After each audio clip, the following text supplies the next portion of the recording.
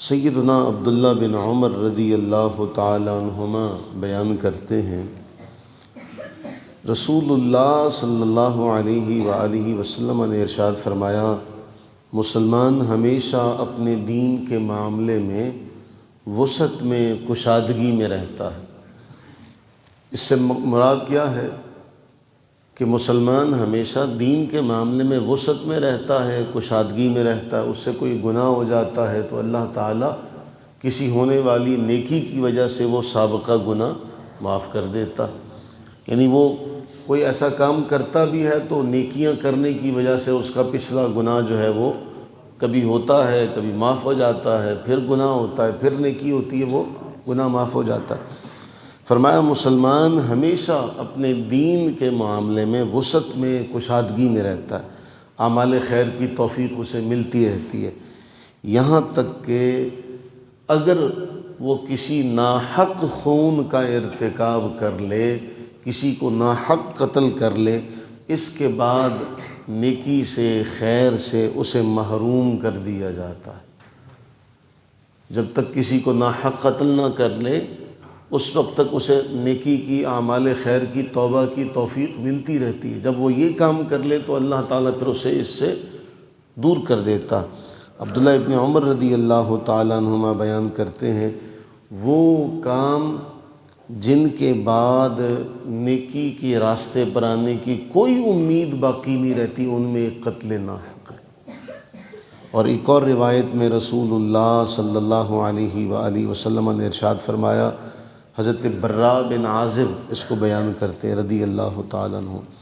فرمایا لَزَوَالُ الدُّنْيَا أَهْوَنُ عَلَى اللَّهِ، پوری دنیا کو مٹانا اللہ کے لیے آسان ہے، پوری دنیا کو مٹانا۔ ایک مومن کا قتل اس سے زیادہ وزنی کوئی شے نہیں، یعنی ایک مومن کا قتل ایسا ہے کہ اس کے مقابلے میں پوری دنیا مٹا دی جائے وہ آسان ہے۔ کسی کو ناحق قتل کرنا اللہ تعالیٰ کے ہاں اتنا بڑا گناہ ہے کہ رسول اللہ فرماتے ہیں ساری دنیا مٹ جائے کوئی معاملہ نہیں، ناحق ایک انسان کا قتل، ایک مومن کا قتل اللہ کے ہاں اتنا ہے کہ دنیا مٹائے جانے سے زیادہ کہیں سنگین ہے۔ اور پھر امام منذری نقل کرتے ہیں کہ حضور نے فرمایا کہ اگر بالفرض یہ بات مان لی جائے کہ ایک مومن کے قتل میں ساری مخلوق شریک ہوگی، ایسا ہو نہیں سکتا، لیکن اگر ایسا ہو جائے کہ ایک بندہ مومن کے قتل میں سارے لوگ شریک ہو جائیں، کیونکہ یہ جملہ کیوں کہا گیا آپ جانتے ہیں کہ جب ہجرت کا معاملہ ہوا تو رسول اللہ صلی اللہ علیہ وسلم کے حوالے سے کافروں نے کیا پلاننگ کی تھی کہ ہر قبیلے کا ایک ایک آدمی آ جائے۔ جب اتنے سارے لوگ ہوں گے تو ان سے دیت نہیں لی جائے گی، قصاص نہیں لیا جا سکے گا، ایک آدمی سے تو قصاص لیا جا سکے گا، جب سارے قبائل جمع ہو جائیں گے تو کسی کو بھی قصاص کے لیے پیش نہیں کیا جا سکے گا۔ تو حضور صلی اللہ علیہ وسلم اس بات کے حوالے سے بھی بیان کرتے ہیں کہ اگر بالفرض آسمان و زمین کی ساری مخلوق کسی ایک مومن کے قتل کرنے میں شریک ہو جائے تو اللہ تعالیٰ سب کو دوزخ میں ڈال دے گا۔ ایک مومن کا اللہ تعالیٰ کے ہاں یہ مقام ہے، اس کو ناحق قتل کیے جانے کی اتنی بڑی سزا ہے۔ کل ہمارے اسلام آباد میں امام بارگاہ پر جو جمعے کی نماز کے وقت حملہ ہوا، اس میں جو لوگ اللہ کے حضور حاضر ہوئے، یہ کتنا بڑا سنگین معاملہ ہے، اور ایک عرصہ اطمینان، امن، سکون سے گزارنے کے بعد پھر دوبارہ معاملات اسی نہج پر آ گئے۔ دعا کریں کہ اللہ تعالیٰ ہمارے ملک سے یہ فرقہ واریت جو ہے، اس کی بنا پر جو معاملہ ہوتا اللہ تعالیٰ اسے دور فرما دے۔ لیکن کچھ ایسی طاقتیں ہیں جو ان چیزوں کو بنیاد بنا کر آپس کے اندر اختلافات کو مزید فروغ دیتی ہیں کہ یہ جو ہوگا تو ان کے ذہنوں میں آئے گا کہ لا محالہ ہمیں ان لوگوں نے قتل کیا جو ہمیں مسلمان نہیں سمجھتے، مسلمانوں کی کسی جماعت نے ایسا کام کیا ہوگا۔ لیکن یاد رکھیں اللہ کے نبی سرور عالم صلی اللہ علیہ وسلم نے ایسے حوالے سے بڑا واضح طور پر ارشاد فرمایا کہ اگر بالفرض ایسا ہو جائے، اگر بالفرض، اور ایک روایت میں ہے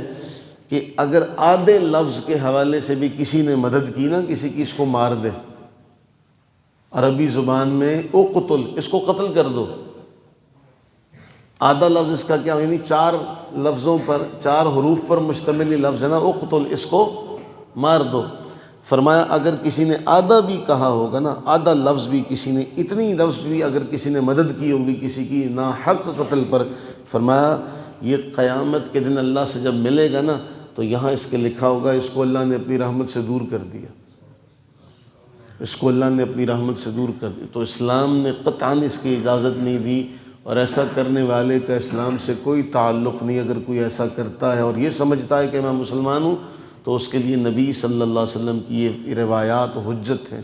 دعا کریں اللہ سے کہ اللہ تعالی ہماری مملکت عزیز کو اپنی پناہ میں رکھے، عافیت میں رکھے۔ یہاں لوگ اگر عبادت گاہوں میں محفوظ نہیں ہے تو پھر کون سی جگہ ہے جہاں محفوظ ہوں گے؟ کہ وہ لوگ جو کل گھر سے جمعہ پڑھنے کے لیے گئے ہوں گے، ان کے کیا کیا معاملات ہوں گے، کیا کیا ان کی خواہشات ہوں گی کہ واپسی آئیں گے، اور وہاں پھر ان کے ساتھ یہ معاملہ ہوا۔ اللہ تعالیٰ سے دعا کریں کہ اللہ تعالیٰ اپنی رحمت کاملہ کے صدقے جن کے کل اس دنیا سے رخصت ہوئے لوگ، اللہ تعالیٰ انہیں صبر عطا فرمائے اور ان کے لیے زندگی کے آنے والے معاملات کو آسان فرمائے، اور اللہ تعالیٰ جتنے بھی دہشت گرد ہیں ان سب کو غارت فرمائے، اور اس حوالے سے جتنے بھی ہمارے سیکورٹی ادارے ہیں اللہ تعالیٰ ان سب کو جو یہ کام کر رہے ہیں ان کو نیست و نابود کرنے کی توفیق عطا فرمائے۔ آمین ثم آمین۔